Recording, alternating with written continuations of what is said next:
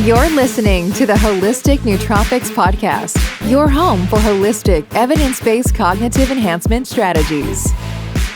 Hey, what is going on? Welcome back to the Holistic Nootropics Podcast, where we talk about using nootropics, nutrition, and biohacking to help you hack the power of your brain. My name is Eric. I'm a nutritional therapy practitioner, and today on the Holistic Nootropics Podcast, I have Greg Nigh.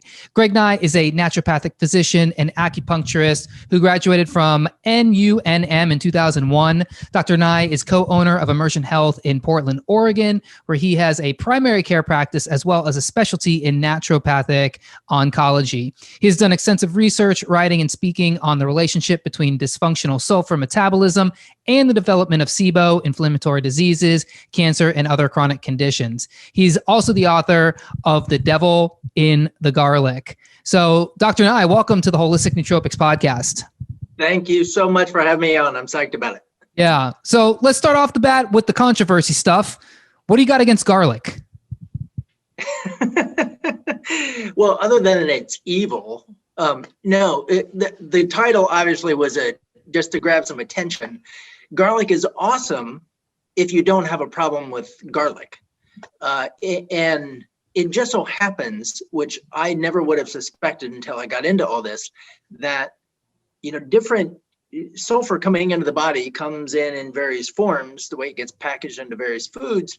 And it has now revealed itself that garlic is by far and away the most reactive of the foods for the people who have sulfur problems.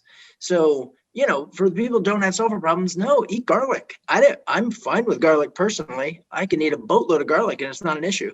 But there are some people that if they get a whisper of garlic, their headache comes back, or their neck pain comes back, or their dermatitis comes back, or whatever. So garlic is just sort of emblematic of this, this hidden thing going on in foods that people aren't so tuned into, which are these sulfur compounds that can have a pretty substantial impact on the way people feel. That's so wild.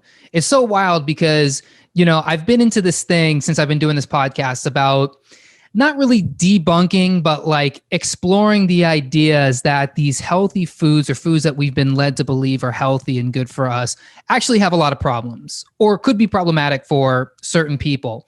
And so that's why I came across you, because you're talking about sulfur. And, to someone like me, I'm in the paleo, I'm in the keto, I've done the vegan, I've done the plant-based, and then I've done like some of these gut protocols, and it was always like garlic's cool. Garlic's part of the program. Eat some garlic before you eat. It fires up your digestive juices. You use it as a garnish on all these different foods. And then you jump into the sulfur thing and all of these healthy foods like broccoli and kale and Brussels sprouts and all my favorite veggies there. They got garlic in them. And then, so it was interesting because now you coming along and going, oh, wait, there is actually a problem with some of these foods. So how did you come across this, in your practice or in the way that you see things? Yeah, so I'm geeky. I love reading just research, and like that's just kind of my thing.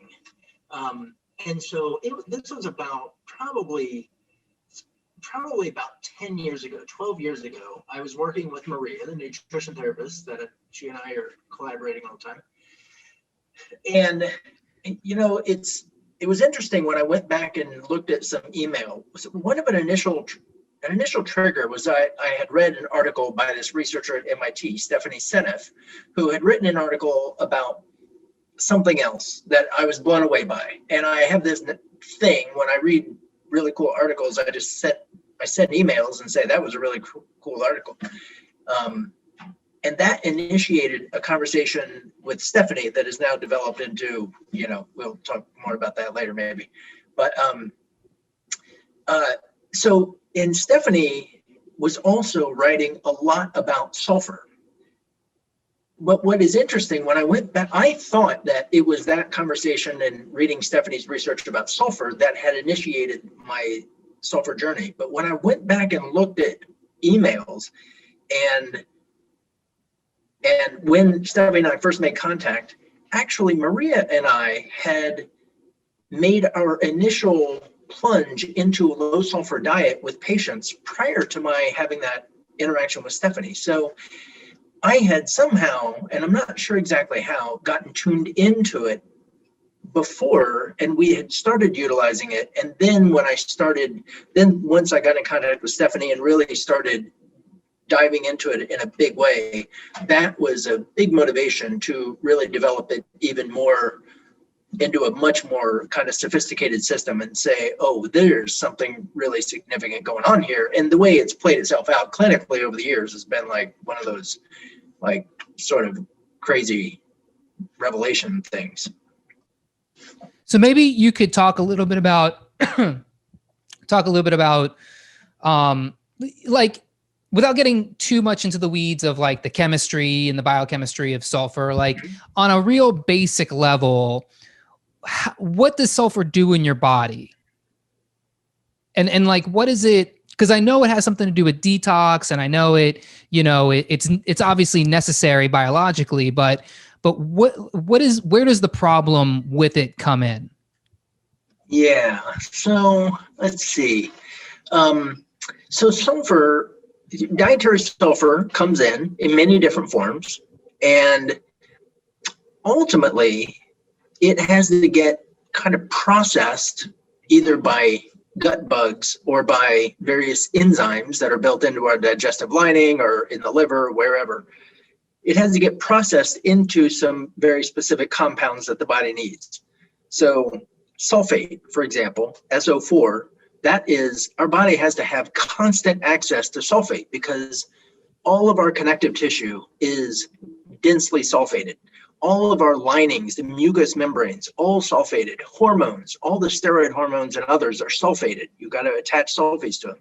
So that's got to be going on constantly, which means, and we're not eating sulfate, we have to make sulfate. So all the enzymatic machinery has to be in place to get that to happen.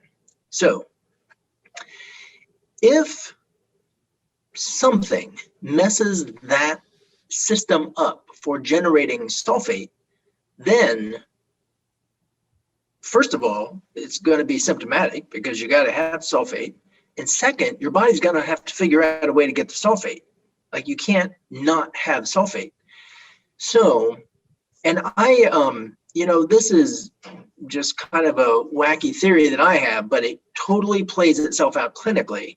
And that is that kind of a brilliant way that our body manages to get the sulfate that it needs is to overgrow these bacteria in our gut that they don't make sulfate, but they make the compounds that can then get turned into sulfate.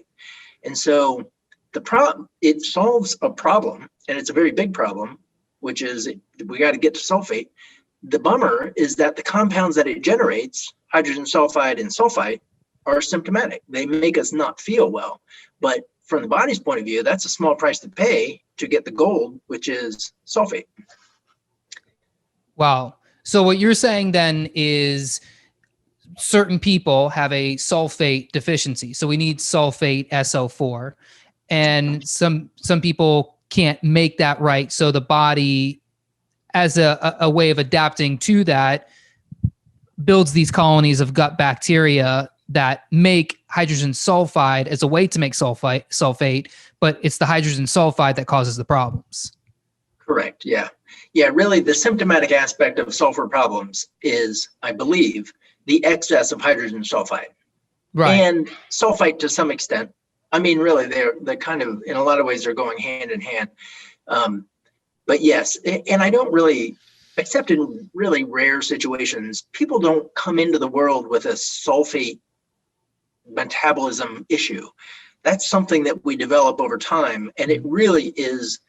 It is the product of living in the modern world that just things compound, and it's such that exposure to heavy metals, for example, can clog the system in various ways, or exposure to glyphosate. I got a whole chapter in the book about how glyphosate does about 30 different things to mess up sulfur metabolism, and we're all exposed to glyphosate. There can be genetic issues that will interfere with the process, that all of these things can stack on top of each other. Some people don't have a problem with with sulfur. It's not an issue. It's not their thing. And there are a decent number of people who come to me and they've heard a podcast or read something I've written, who want to go through the process, and we put them through the protocol, and I put them on whatever seems to make sense in terms of the nutrients to offer them, their particular situation, the best support.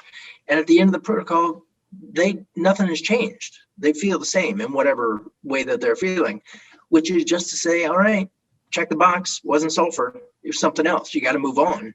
It's just that often when people have, kind of that picture of the sulfur metabolism issues, it is a very high percentage of those people who, by the end of the protocol, they're feeling either significantly better or just don't even have symptoms anymore. And then, of course, there's the issue, you got to get people off of the low sulfur diet, because it's very important that people not stay on that diet. So that's like the next phase. That's my next book, maybe, or something. But yeah, that's how it plays out. So just to take a step back, because there's a lot that I would like to go into, but we're talking about, hydrogen sulfide. Would that be SIBO then? Yes. So there are three kinds of SIBO. There's hydrogen positive, there's methane positive, and then now with the new TrioSmart test, there's hydrogen sulfide positive. And so prior to TrioSmart, if you had the bloating and you check all the SIBO boxes, but you were negative on the test, by default, you were called a hydrogen sulfide SIBO case. It was like, that was the trash can, that got everybody else that didn't test positive. And I had lots of patients come in with that situation, that they were negative on the other tests, and we do the sulfur thing, and they usually have some degree of improvement. Then the TrioSmart test came out by Dr. Pimentel, and I'm undecided about the value of that test. I have certainly had, now, it hasn't been out that long, maybe 4 or 5 patients. I'm not ordering the test personally. I think I did once for somebody who just really wanted me to order it. But it wouldn't impact my clinical, development of a treatment plan. So I don't order a test that it doesn't change my plan. Mm-hmm. But I have had a number of patients who have come in with their TrioSmart test. They show to be high on hydrogen sulfide, and it's possible to go through the process and get somebody with lower symptoms, but nothing changes about their test result. Or an even more dramatic case was a patient just very recently who came in very high on I think was on all 3. This was prior to my working with them. They went through a antibiotic, like intensive protocol. All 3 of them came down into the normal level.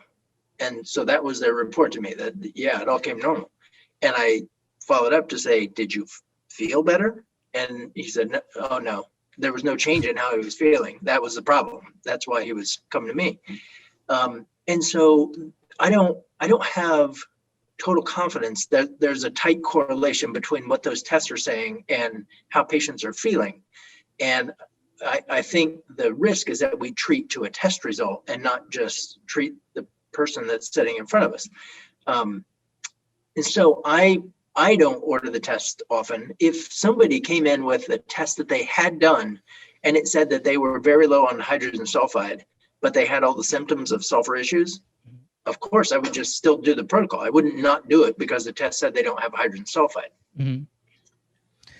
Interesting. So with the hydrogen sulfide component, the way that I'm visualizing it in my head is that it's like if you take in sulfur, your body, there's like a cycle, right? And then it goes from like sulfur metabolized into hydrogen sulfide into sulfate. And is it like the cycle gets stuck in the sulfide and doesn't make it all the way to the sulfate? So you're having like these problems where you're almost looking like you're sulfur deficient, and those manifest as these sulfur issues? Yeah. So basically down the sulfation pathway, your body is, through either CBS or CTH or CDO, through these various enzymes that are taking these building blocks, sulfury building blocks, and generating taurine and glutathione and ultimately pyruvate and, these other byproducts that we need to be generating. And each time the enzyme gets from you go from one step to the next step, that enzyme in making that step happen spits off a hydrogen sulfide. Or sometimes it spits off a sulfite, SO3. And so with those, so your body needs to detoxify SO3. It's not a good thing to have around. It will be symptomatic. As many people know, they don't do well with sulfites. There's only one way in the body to get from SO3 to SO4. And that's a single enzyme can do that. As far as I've been able to find, nothing else can do it but that one enzyme, which is the sulfite oxidase, SUOX. And so whenever SO3 is around, you better have that enzyme because you need to get that converted over to sulfate.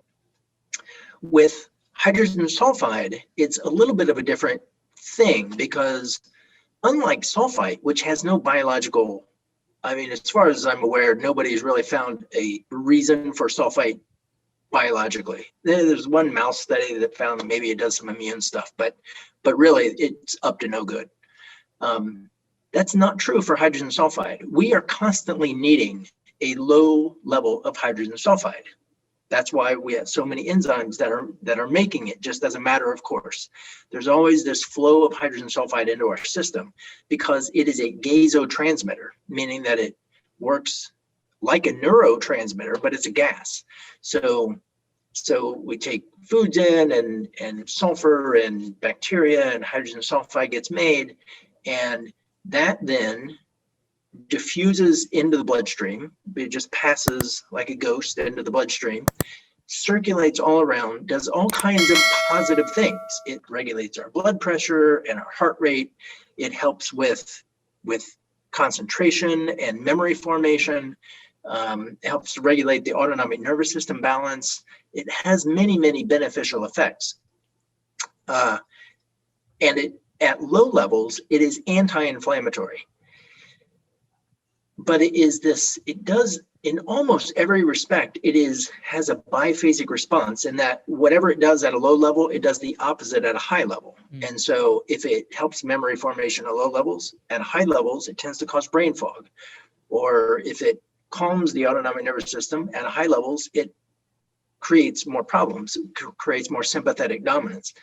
Low levels, anti-inflammatory, high levels, very inflammatory in the gut, especially all the inflammatory bowel diseases, ulcerative colitis, Crohn's, even IBS, they all have high levels of hydrogen sulfide being produced locally at the tissue level that is causing just kind of chronic inflammatory response, which is why one of the most dramatic responses that we see is when people have those conditions, ulcerative colitis, Crohn's. It has been shocking. Not everybody, it's not like a cure for everyone, but there have been some cases of decades of inflammatory bowel disease that have resolved in a very short period of time once we get people supported, on a diet that is more appropriate with low sulfur and also with the nutrient support and all that those conditions can resolve quite quickly. So so there's this constant production of hydrogen sulfide that is important.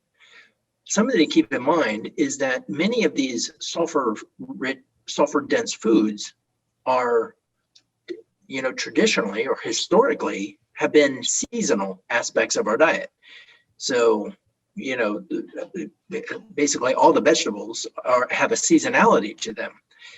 And now, year round, we can stuff, kale and into our smoothies, and we can be eating all of the cruciferous year round. There is no break that our body gets. So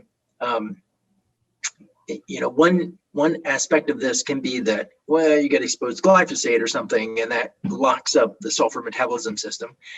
And another aspect can just be overwhelm. I mean, there are some people that are in their normal daily diet eating an enormous amount of sulfur compounds both in their diet and in their supplementation. Like they're just taking lipoic acid and taking NAC and taking glutathione and taking like their MSM, all these different supplements that they're taking on a daily basis on top of all these other things. And I think it just overwhelms the system. And it just can't move through these enzymatic processes fast enough.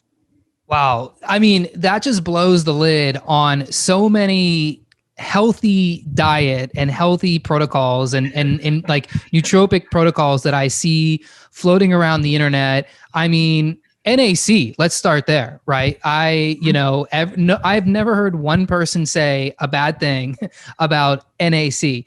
Alpha lipoic acid, it can get a little weird because it's mercury detoxification and it can get you start mobilizing mercury. So I think people are a little more safe with that, but glutathione, when COVID was popping about a year ago, everyone was rushing out to get glutathione. MSM started to get really big. And I've seen many, protocols, people going in these nootropic, chat rooms. Hey, I'm taking 900 milligrams of NAC. I'm taking 200 of alpha lipoic acid. I mean, all in the same day, like you said. And then they're popping the green smoothies, and then they're throwing down some eggs with some Brussels sprouts. And I mean, they're like, why do I still have anxiety? I don't get it. And I mean, there are people that I think just because of how they're built and how they've maintained detoxification, whatever, there are some people who do fine on that.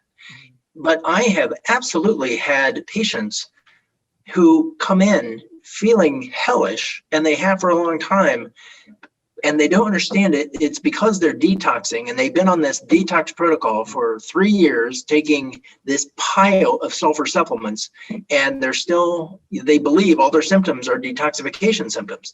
And I say, stop taking all that. Don't take this stuff anymore. And it's shocking how many people feel dramatically better when they just stop taking all these detox things, because essentially detox things are sulfur. Like you mentioned earlier, sulfur is intimately involved in phase 2 detoxification in the liver, both through glutathione and also through sulfation. You got to have, sulfur is so involved in detox, not only in the physiological thing, and then also in, look up things that bind heavy metals. It's sulfur. Like that's what binds heavy metals. And so, people that are doing lots of detox therapies are generally doing a lot of sulfur compounds, and it becomes not so clear whether or not their symptoms as a result are because they're detoxing, or if they're actually essentially toxifying themselves with sulfur compounds. And so often we get people doing some other kinds of supportive therapies to help their body kind of deal better with sulfur compounds, and people can handle detox. They're able to do detox therapies much easier. And when you say sulfur compounds, you mean like SO3, for instance, that's not being turned into SO4?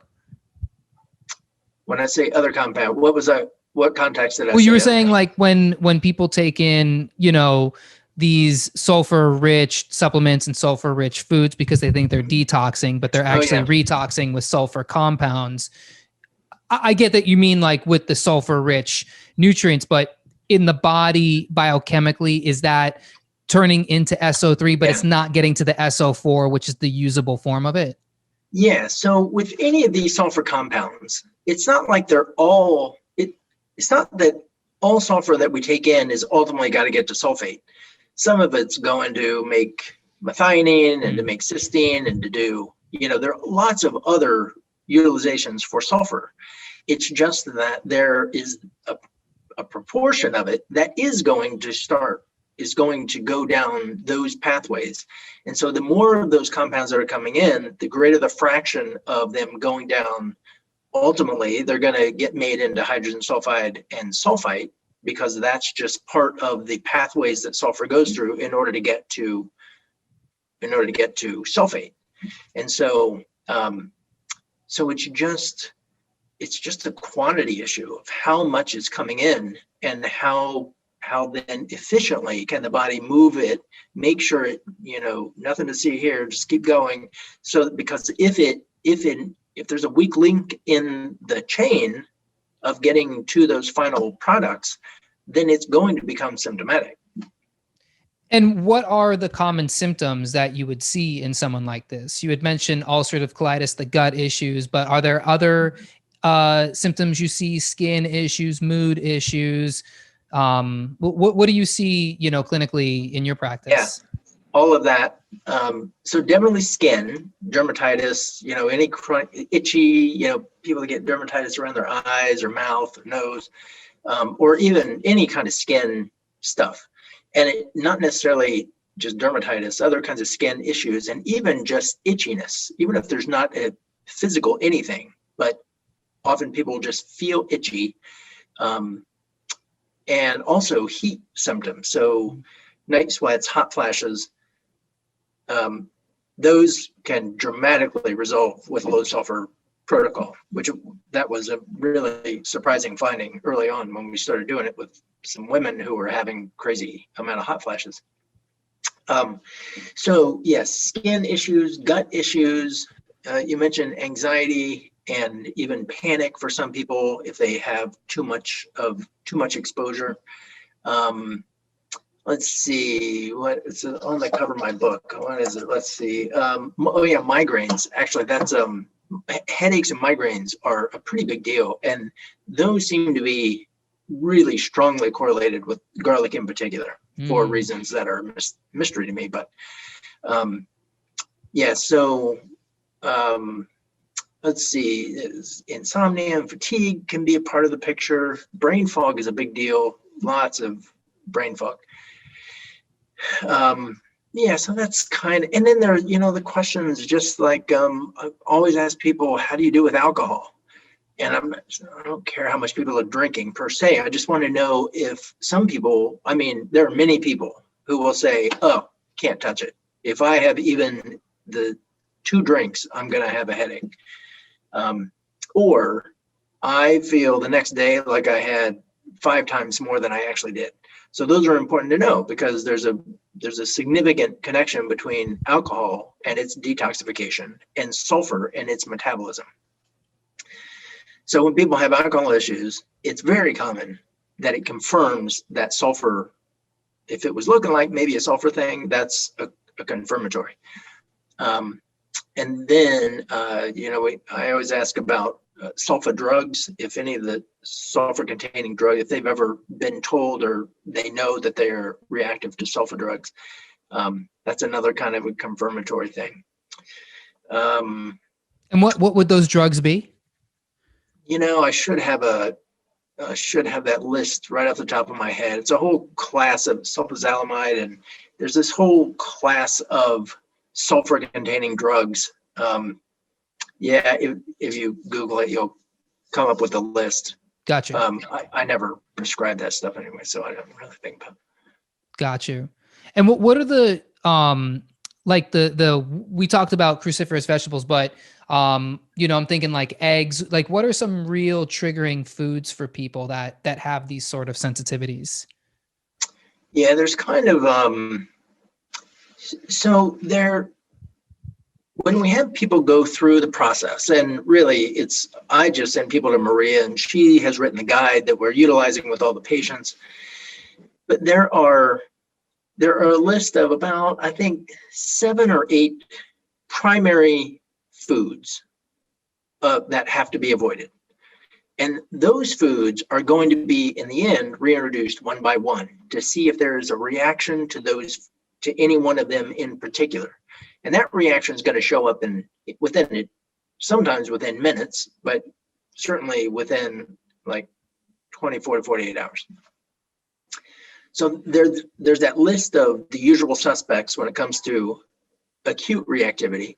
And then there is this other larger pile of foods that just get moved out of the diet to lower the overall sulfur intake, because keeping in mind that there's just a certain capacity that we have to metabolize sulfur. And in order to get things unlocked, you need to, it's like, when you flood a lawnmower and you start it and it just sputters and produces all that thick smoke, and it can't really get on top of the cycle until finally it catches and it can run efficiently. I think that's the image that I have with people who are just continuing to take in too much sulfur. It's like they flooded the engine, and you have to just cut off the intake for a while to let it get on top of itself. And then you can bring it back in. You can bring, foods back in later. But so the diet is generally lowering the total volume while at the same time excluding, the dirty dozen. It's not actually a dozen, but, and those are, garlic and onion and eggs, kale, broccoli, cauliflower, asparagus, Brussels sprout. Those are the main reactive foods, the ones that, when you individually bring them in. And at the top of the list is garlic. Mm-hmm. And then, right underneath garlic would be kale and eggs are the, probably the most commonly reactive. So we get them bringing each of on that list in, they get brought in every other day, generally, maybe a little slower than that, depending on the situation. And just making note of what happens symptomatically with each one upon bringing it back in. And then once those are brought back in, then we want to make sure people start, in a lower volume way than they were before, but we need to get them now bringing in some of the other foods on a regular basis, because it's very important that people not stay on restrictive diets for too long. It's tempting to do because many people find that, with their symptoms, they're in bad symptoms, and if I just don't eat this class of food, I feel a little better. And, if I don't eat this class of food, I feel a little better. And then eventually, they're coming in and they're on low FODMAP and they're eating low sulfur and they're eating, anti-inflammatory, and they're eating, all these overlapping restrictive diets, so that they've got like 4 foods that they really eat on a consistent basis. And that's a nightmare, because the diversity of the gut bugs are going to drop dramatically with the diet that narrow.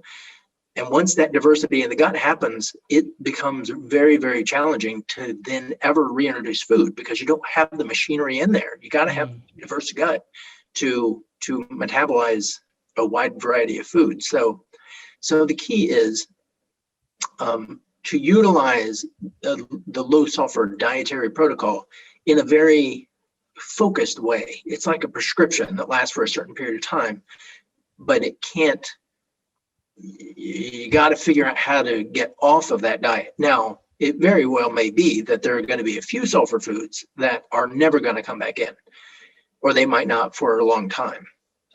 But the large majority, like I make it really clear that I don't want people excluding any particular food just because they think they might react to it.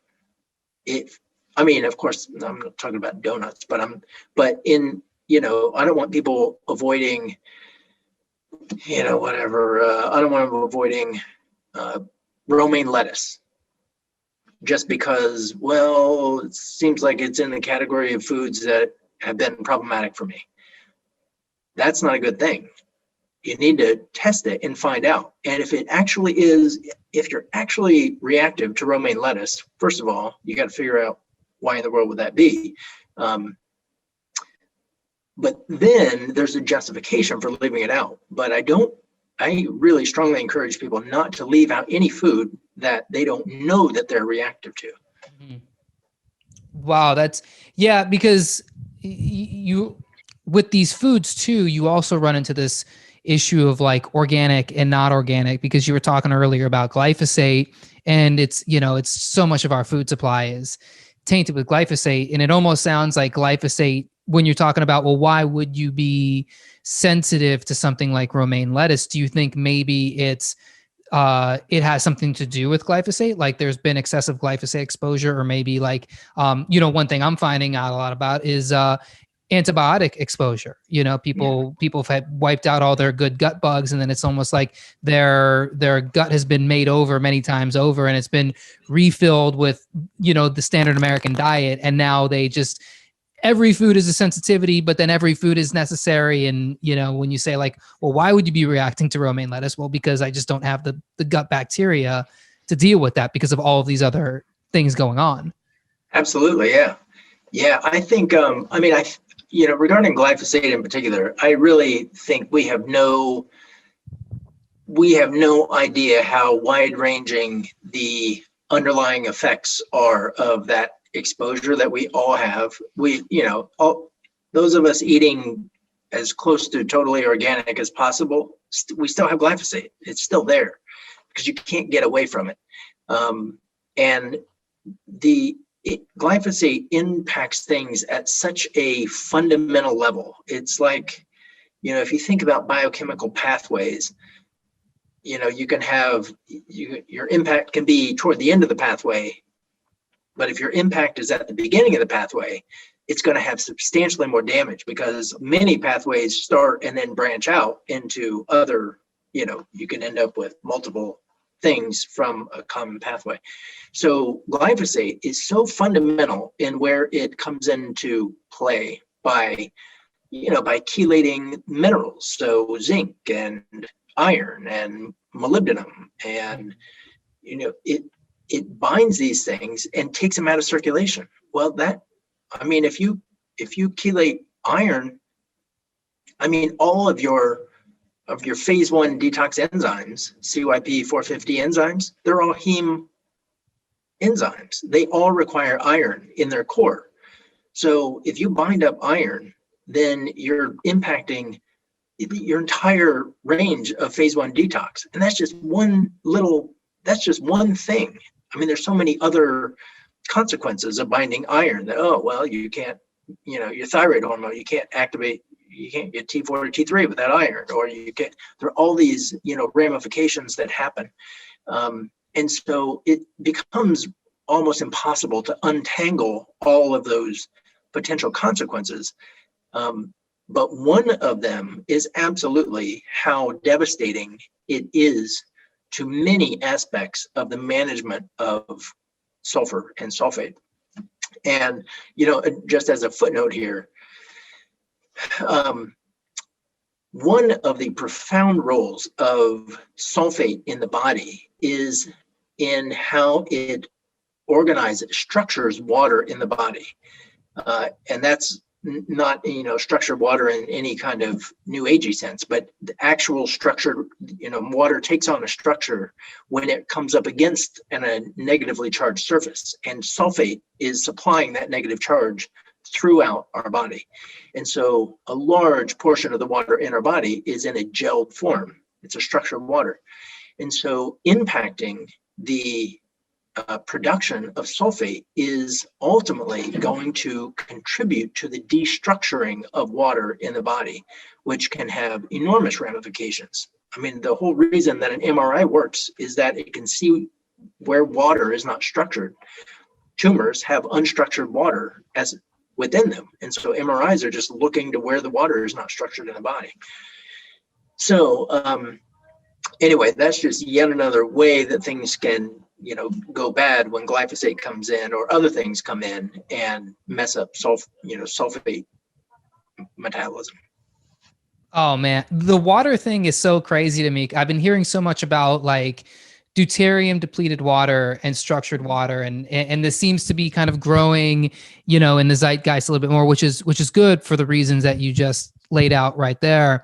But let's say you're somebody who can't get their hands on something like deuterium depleted water, or like where do you even begin with an issue like that? Of, I don't know, is it more about like a water filter, or but I guess it comes back to like eliminating glyphosate. So like, what are the best ways for somebody to eliminate these problematic factors from their life?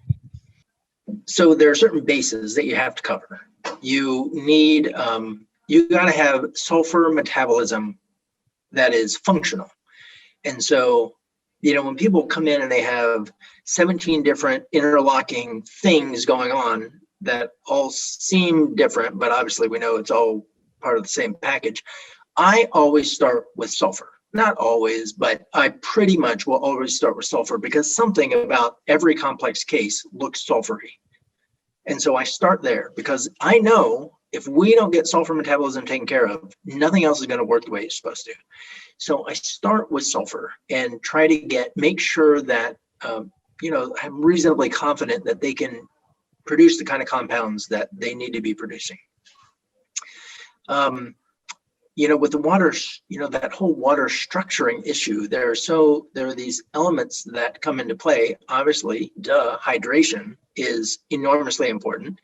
And there are different kinds of, there are different ways that you can impact water.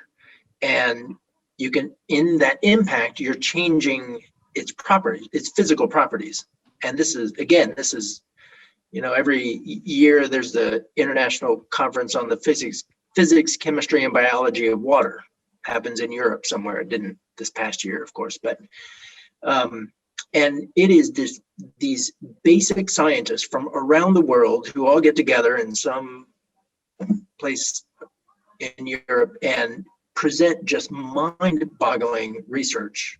I mean, much of it is just quantum-y stuff that I can't really stay on top of, but much of it is not. It's really understandable, the various abilities of water to not only do its physical properties change with certain kinds of applications, but also the ability of water to absorb and even transmit information. It's crazy. There's there are archives of the water conference for people that want to go. I think it's waterconf.org is the webpage, and there are all past year, I think it's all available video that people can just watch if they're geeky and want to see what's being talked about there. But the point is that there are various ways of impacting the physical properties of water, and there is research to suggest that those impacts have physiological consequences. So for instance, if you put water, just let it stand in a static magnetic field for a period of time, and then use that water to hydrate plants, they'll grow faster. It somehow hydrates the plant better to have been exposed to a static magnetic field for a period of time. Or there are other, there are all kinds of now technologies out there that claim to do all kinds of things to water. Whether or not they do what they're claiming, many of them have some kind of research or showing how it changes crystallization patterns or whatever to say that it does it. But there's certainly, I think there's a very interesting field that is now exploring this idea of we can modify water and essentially turn it into an information-based medicine that we are drinking our medicine. And that's actually a therapy that I'm using clinically.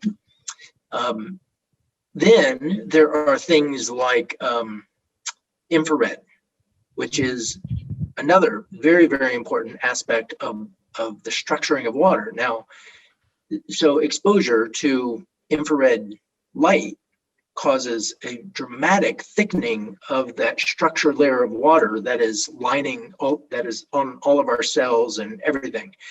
So infrared is thickening the structured layer, and in doing so, it's essentially charging the battery. It's a battery made of water that we are always a walking battery, and that battery effect is constantly in effect. We are utilizing that energy. And so that is likely why we feel good when we're out in the sun and we get, it literally does recharge the battery of water that we have. So there are those kinds of things that I think are very important. Epsom salt baths, everybody's got to do Epsom salt baths. Epsom salt baths is getting sulfate into our system. Now it's got obviously there's magnesium, and that's great. People, feel good with more magnesium usually. But the sulfate aspect of Epsom salt is, I think, crucial, especially for people that have these sulfur issues. They're not making sulfate the way they should.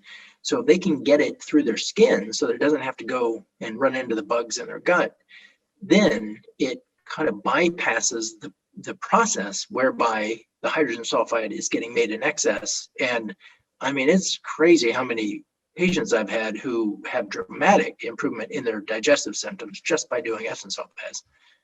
I mean, I'm putting a lot of Epsom salt per bath. It's not like a little bit. That's real interesting. Yeah. So with kind of going back to the enzyme part of, because it seems like it all comes back to sulfur playing a major role in how your body and how all of your, your cells, how everything kind of properly detoxifies and makes things work.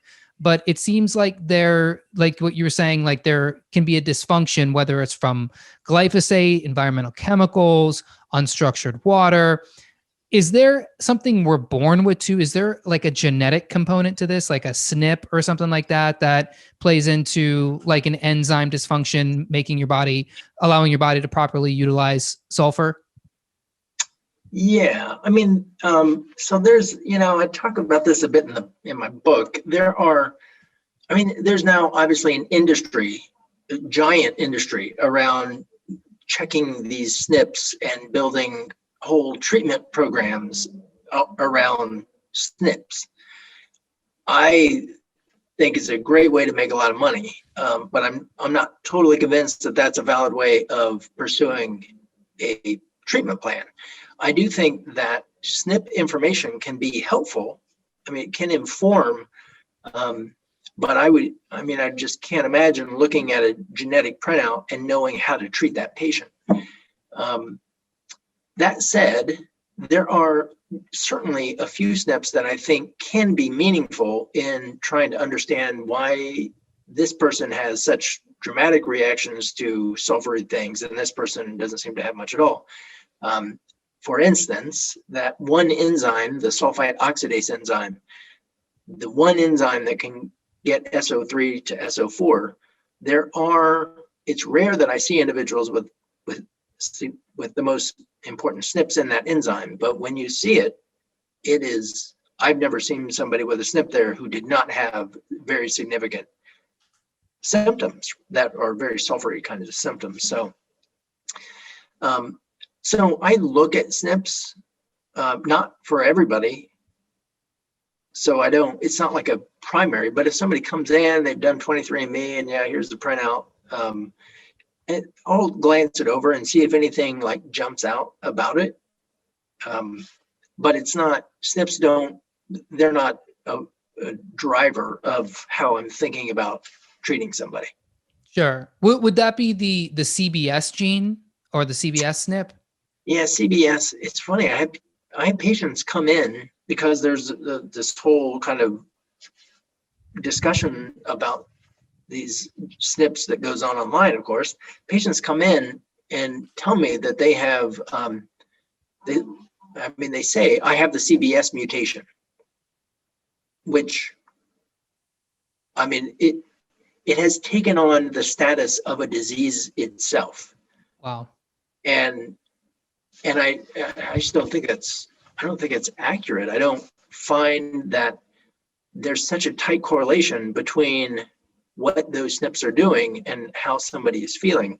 Now, if you see SNPs piling up on somebody so that they have, they're homozygous on that particular 699 of CBS and maybe also on 320, and then they're also homozygous on some CTH SNPs, and then, whatever, you can get them piled up. And so, okay, yeah, maybe we got something here. But if somebody has just like a heterozygous on that CBS 699, I'm not particularly interested by that. That is certainly not going to inform how I'm putting together a treatment plan. But from the patient perspective, I have many who think that if they have even heterozygous on 699, that it is a major player in how they're feeling. And I don't think that's true. Yeah, we've all consulted Dr. Google and searched Yeah. for SNPs and that sort of thing. Certainly guilty Yeah. of it right here. Right. But I did want to ask you just a couple more things as we kind of wind down here, especially concerning sulfur, body odor.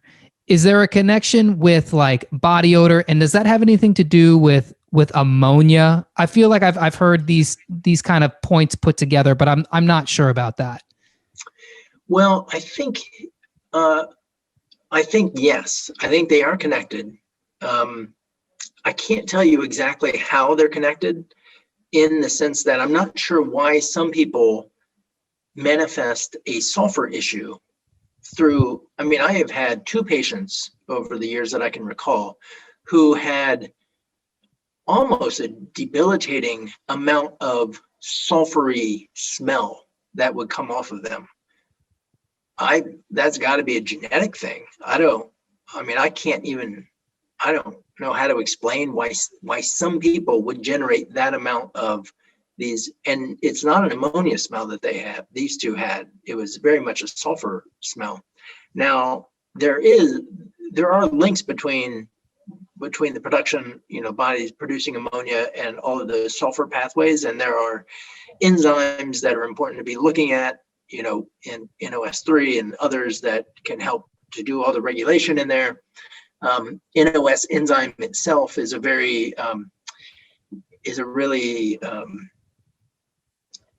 key. It's kind of a key enzyme, and in fact, this was the first article of Stephanie's that I read, where she laid out this theory that NOS, which we know of as making nitric oxide, and that's its claim to fame in the process of, and it also detoxifies. It's in the ammonia detox thing.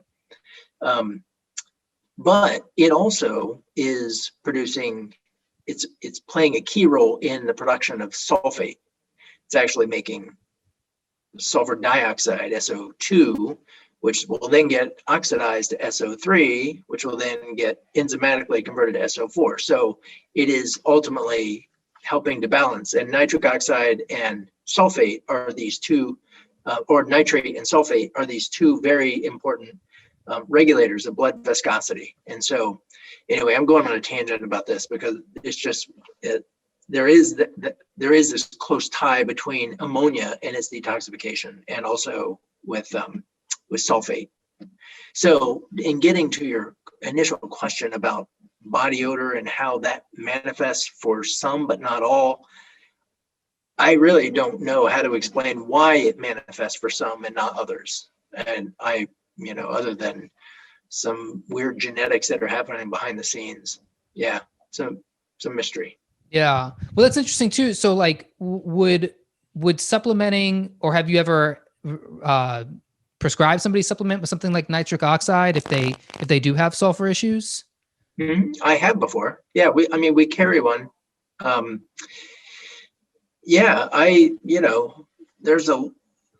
Nitric oxide, I think, can be hugely valuable. You have to, be cautious in some ways with it, because it can feed into these certain kinds of, the reactive nitrate or reactive nitrogen species.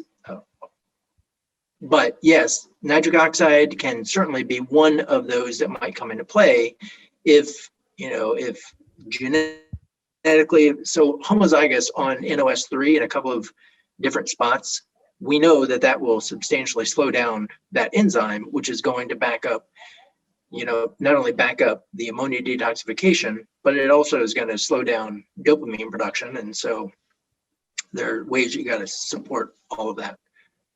Got you.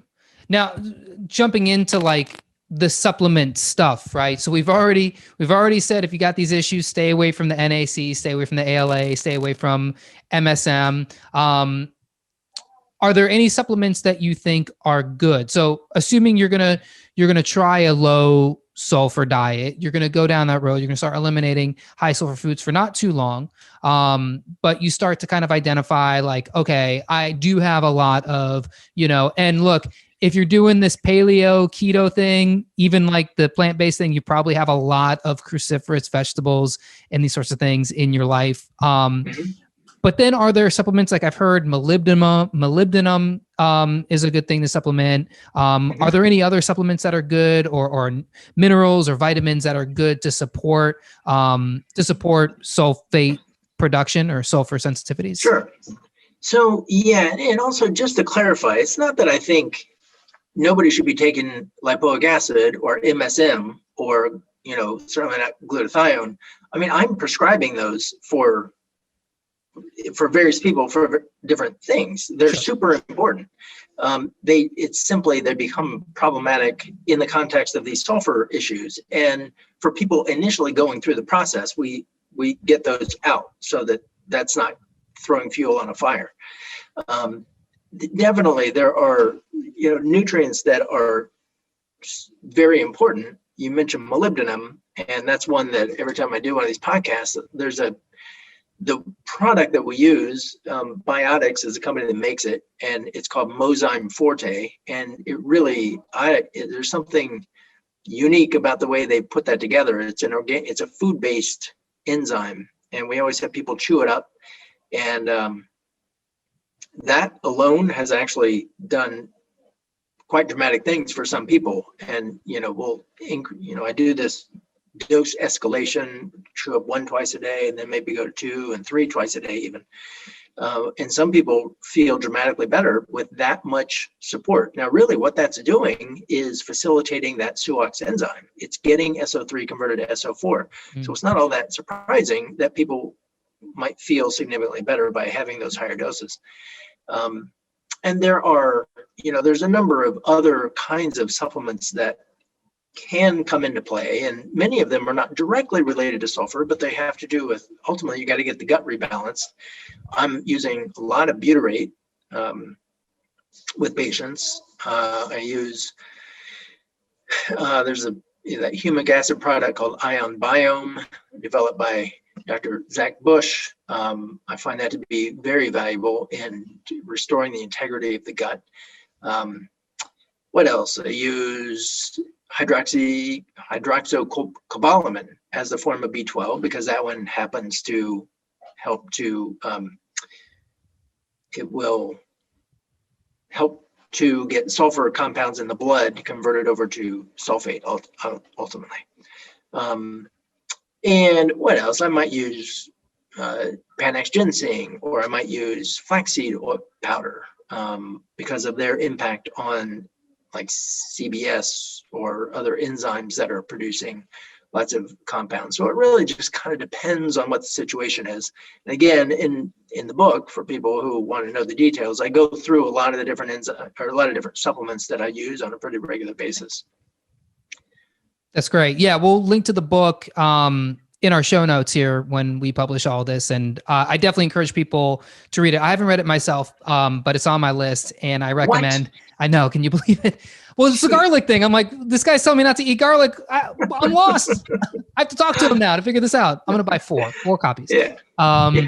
And so, but yeah, we'll link to that. We'll obviously, our huge following will put you on the Amazon bestsellers list. No doubt about it. Awesome. So cool. Yeah. I actually use Mozyme Forte. I just got it in the mail, so I'm excited to. Oh, nice. Yeah. And I love little tips like that, where it's like you want to take it, but you want to chew it up, and because some of these things, they don't break down in the gut so well. It tastes pretty earthy, but whatever. Yeah, well, you got to man up or woman up or whatever you do. Right. Take that thing down. Well, Dr. Nye, this has been a very enlightening conversation. I love having these chats about these topics that are I don't want to say fringe, but they're really, in my opinion, like on the frontier of health. Like, we're not talking about it now because everyone's just discovering the keto diet. We're talking about probiotics, but eventually what I notice is with all of these diets, they hit a dead end. And a lot of times I think it's because of what you're talking about right now, which is, sulfur. And I've had other conversations kind of along these same lines. So I certainly appreciate your time. Just before we cut out here, is there anything that you can tell the Holistic Nootropics audience about, your view on what really optimal health or mind-body health is? Oh, what it is. You mean, how do you get there? How do you get there? How do you get to, like, in your opinion, what is, like, if you had a billboard somewhere or a tattoo, you're going to tattoo it right on your forehead and you wanted everybody to see how I got a lot of writing room. That's what I'm talking about. So use as much space as you want. What is the best way to optimize the mind-body connection? All right, here's what I'd say. And I'm not sure this is a direct answer to your question, but one of the most important findings that I have come into is the absolutely essential component of the autonomic nervous system and the balance that has to be in place. That it is simply not possible, even with the best treatment plan, working with the smartest doctors and the best treatment plans. I've had so many patients who've been to, like, the rock star doctors and have done everything right. Like, I can't look at anything and say that wasn't a good plan, but their body can't get into balance. But it is essentially, without exception, that when you explore their own personal disposition, their autonomic nervous system is whacked. Meaning that there's all kinds of, like, vagus nerve dysregulation that, I mean, the vagus nerve it's running the whole show. You can't possibly get things into balance if the vagus nerve is misfiring or overtone or undertone or whatever.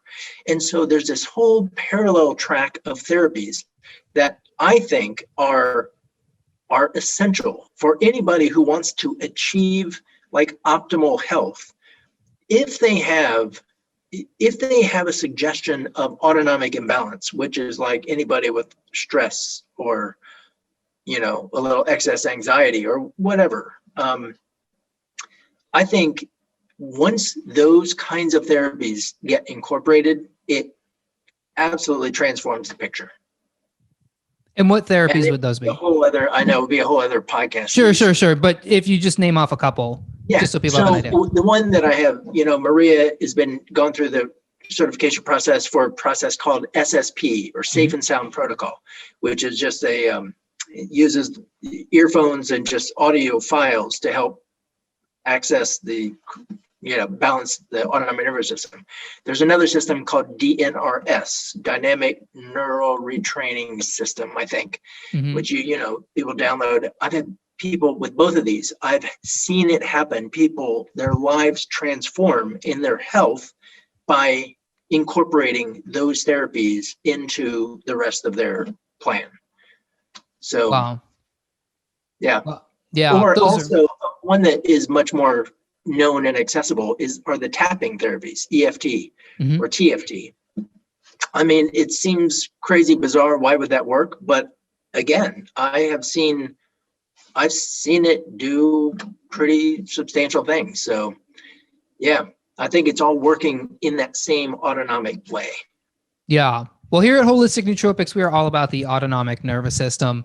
Right. And the tapping thing, it's so powerful. I'm like you, I can't explain it, but I know I do it, every night before I fall asleep. It just puts me in like a very calm place. If I'm feeling stressed out, there's just something about those points, tapping it away. And if I'm really frustrated, I'll just start tapping almost like a hole in my head, but like, it works. I can't explain it. I don't know. Yeah. That's some great stuff. Yep. And it's all free. It's all just available. You can, tapping is DNRS. You got to buy their material. SSP, you got to work with a practitioner, like Maria. But yeah, it's all, those things add such a richness to whatever treatment plan, because we get so focused on the physiology, but the neurology behind imbalances is kind of this elephant in the living room for a lot of people. Yeah. And we're all energy. So, I mean, it's cool. I dig it. Well, Dr. Nye, thanks so much for your time. This has been, a great podcast. I certainly appreciate it. We'll link to all of your books, your practice. Can people work with you do you work with people remotely if they absolutely. All over. Yep. Awesome. So we'll link to all of your emails and your website and everything in the show notes, folks. Dr. Nye is one of the best in the country, so definitely look him up when you feel the need to. Otherwise, thanks so much for listening and watching. We'll catch you on the next podcast, everybody. Peace.